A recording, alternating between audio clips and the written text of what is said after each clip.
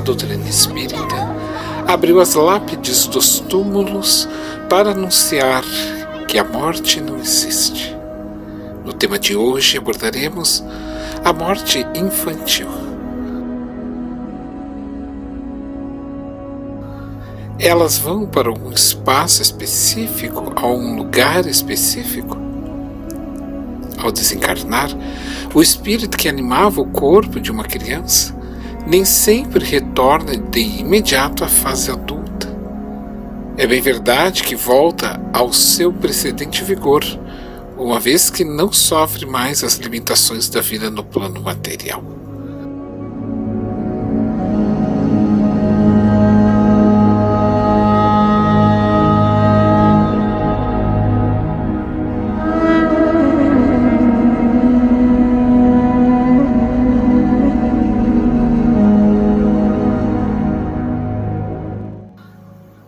Entretanto, não adquire a anterior lucidez senão quando se tem completamente separado daquele corpo que na Terra deixou. Isto é, quando mais nenhum laço exista entre ela e este corpo. Assim afirma Allan Kardec.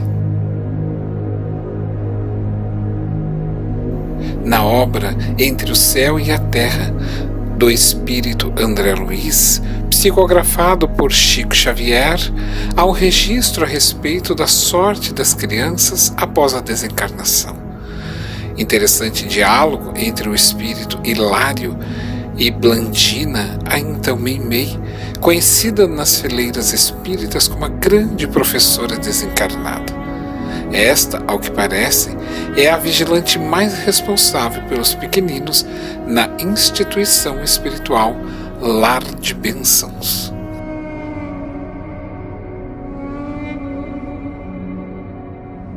Aos tempos do cristianismo nascente, Meimei reencarnara com uma das grandes personagens destacada a este tempo. Nos acontecimentos em Lyon, à época do imperador Marco Aurélio. A jovem escrava Blandina, então Meimei reencarnada, era uma mulher de aparência frágil. Nos difíceis momentos de tortura ao testemunho cristão, a jovem mostrara lealdade a Jesus para seus carrascos, ao não renunciar à sua fé. Blandina fora presa juntamente com centenas de cristãos, onde seriam condenados à morte infame.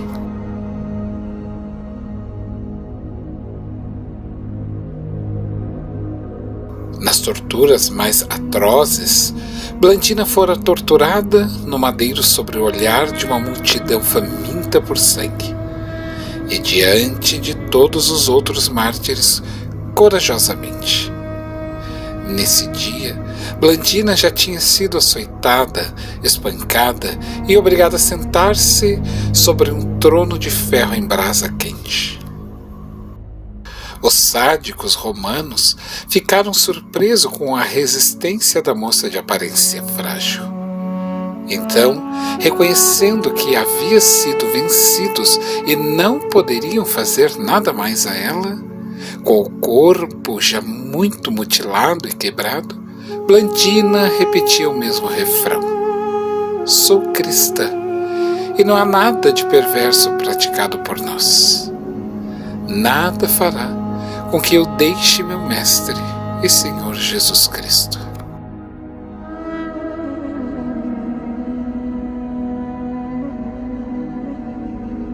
Em meio aos tormentos diários, Blandina manteve-se firme em sua fé.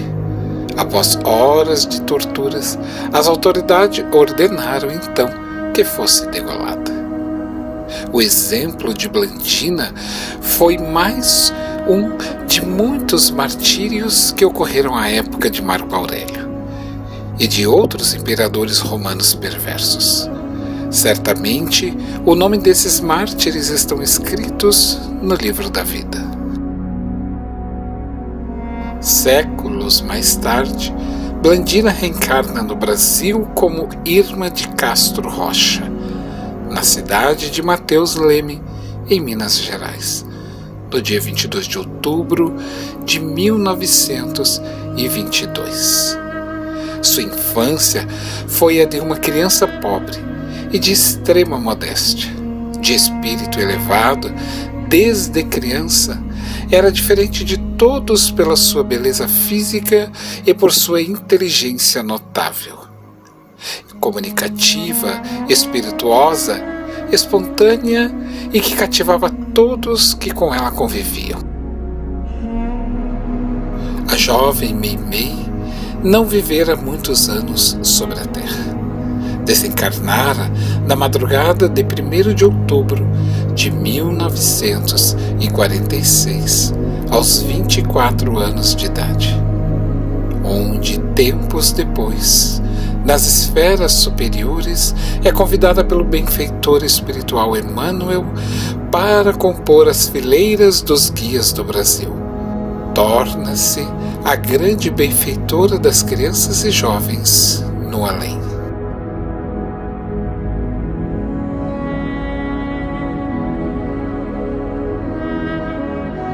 Antigamente na Terra, considerou Hilário, conforme a teologia clássica, suponhávamos que os inocentes depois da morte permaneciam recolhidos ao descanso do limbo, sem a glória dos céus e sem os tormentos do inferno. Em muitas situações é o que acontece, esclarece Meimei, a afetuosa professora espiritual. Quando o espírito já alcançou elevada classe evolutiva, assumindo o comando mental de si mesmo, adquire o poder de facilmente desprender-se das imposições da forma, superando as dificuldades da desencarnação prematura.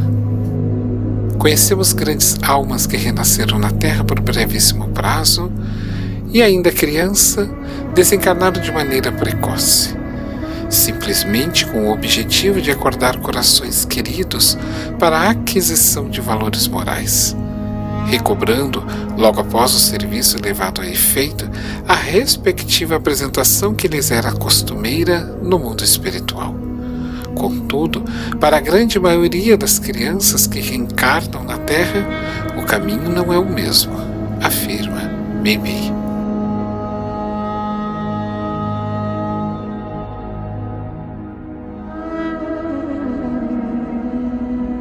Almas ainda encarceradas no automatismo inconsciente acham-se relativamente longe do autogoverno. Jazem conduzidas pela natureza à maneira das criancinhas no colo maternal. Não sabem desatar os laços que as aprisionam aos rígidos princípios que orientam o mundo das formas e, por isso, exigem tempo para se renovarem no justo desenvolvimento. É por esse motivo que não podemos prescindir dos períodos da recuperação para quem se afasta do veículo físico. Na fase infantil, uma vez que depois do conflito biológico da reencarnação ou da desencarnação, para quantos se acham nos primeiros degraus da conquista de poder mental, o tempo deve funcionar como elemento imprescindível de restauração. E a variação desse tempo dependerá da aplicação pessoal do aprendiz à aquisição da luz interior pelo próprio aperfeiçoamento moral. Em se tratando da infância, elas não respondem primeiramente neste ato desse desenvolvimento, pois necessitam de amparo e de luz dos seus mestres maiores. Essas considerações justificam assim a existência de inúmeras instituições de auxílio à infância no mundo espiritual, seja para adequá-las à nova realidade de morada, ou seja para reassisti-la numa nova encarnação. A colônia Lar da Bênção, descrita na obra Entre a Terra e o Céu, de autoria de André Luiz e psicografada por Chico Xavier, irá descrever sobre esta importante colônia educativa que é misto de escola de mães e domicílios dos pequeninos que regressam da esfera carnal. Essa colônia, situada no espaço espiritual correspondente às terras brasileiras, tem como objetivo preparar mães para a maternidade responsável e atender as crianças que desencarnam e novamente reencarnam. Tais crianças encontram aí o apoio necessário ao seu reajustamento espiritual após a desencarnação. Assim é que nos primeiros momentos, como libertos do corpo físico ou enquanto lhes dure o equilíbrio, são abençoadas pelas assistências superiores e amigas dos benfeitores espirituais do lar da bênção, e pelo afeto inesquecível daquelas que foram suas mães, nas quais essas mães, ainda presas aos liames da carne, são levadas durante o sono a essas colônias para auxiliar e acompanhar o reerguimento dos filhos amados que precisaram retornar ao plano espiritual, pois em anterior momento da reencarnação, assim fora planejado.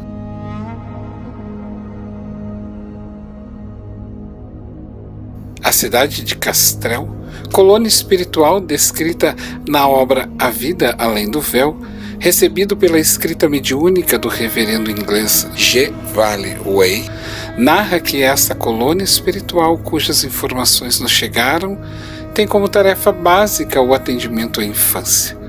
Recebe espíritos desencarnados na infância, prepara-os para uma nova realidade da vida, reintegra-os aos planos que lhes são destinados, após terem retornado à forma adulta, ou prepara o espírito para uma nova reencarnação, acompanhando-o na fase infantil.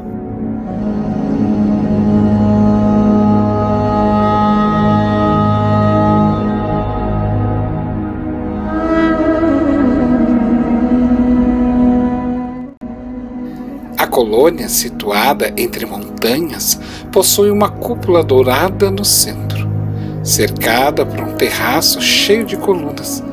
Uma longa rua corta a cidade de um extremo ao outro, formando uma alameda onde estão localizadas as residências dos seus dirigentes.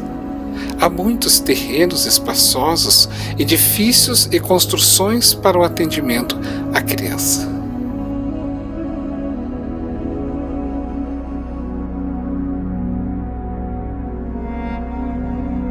Meimei, que além de escrever vários livros e mensagens através de Chico Xavier, trabalha no mundo espiritual com as crianças desencarnadas. Seu educandário espiritual atende milhares de crianças que lá aportam após a desencarnação.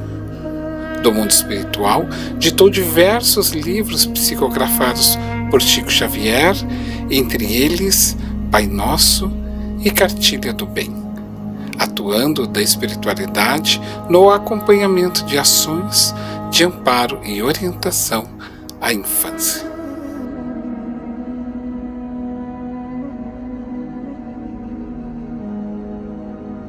A educação evangelizadora espírita desempenha um papel significativo no desenvolvimento da criança e do jovem, influenciando sua visão no mundo, seus valores morais, comportamentos e senso de identidade. No desenvolvimento de valores morais, a doutrina espírita ensina os princípios éticos e fundamentais, como o amor ao próximo, a compaixão, a honestidade e o respeito. Esses valores são essenciais para orientar as crianças e os jovens em suas interações sociais, ajudando-os a construir uma base sólida para um comportamento ético ao longo da sua existência. A doutrina espírita é um porto seguro para as crianças e os jovens, o que é especialmente importante durante a infância e adolescência, quando a identidade está sendo formada. Participar de práticas religiosas e compartilhar crenças comuns ajudam as crianças e os jovens a se sentirem parte de algo maior que eles próprios desconhecem.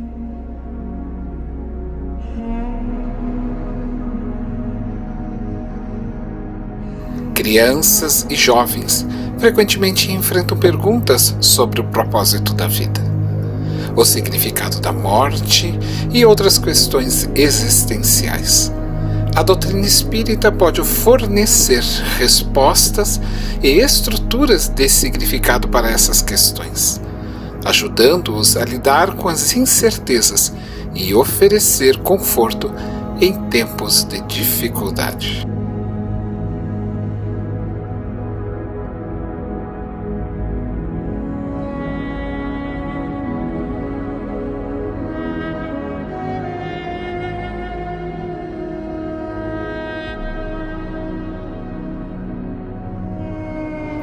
A educação espírita cultiva o desenvolvimento espiritual das crianças e jovens, ajudando-os a explorar suas relações com Deus, a natureza, os seres humanos e o universo. Isso inclui a oração, a reflexão que promove a conexão com algo maior do que o eu individual. Participar de uma comunidade religiosa pode fornecer uma rede de apoio social importante para a criança e o jovem, oferecendo amizades, mentores e figuras de apoio que compartilham valores semelhantes e edificantes. Essa rede de apoio pode ser especialmente significativa neste momento crucial durante o período da transição, quando os jovens enfrentam desafios emocionais de identidade.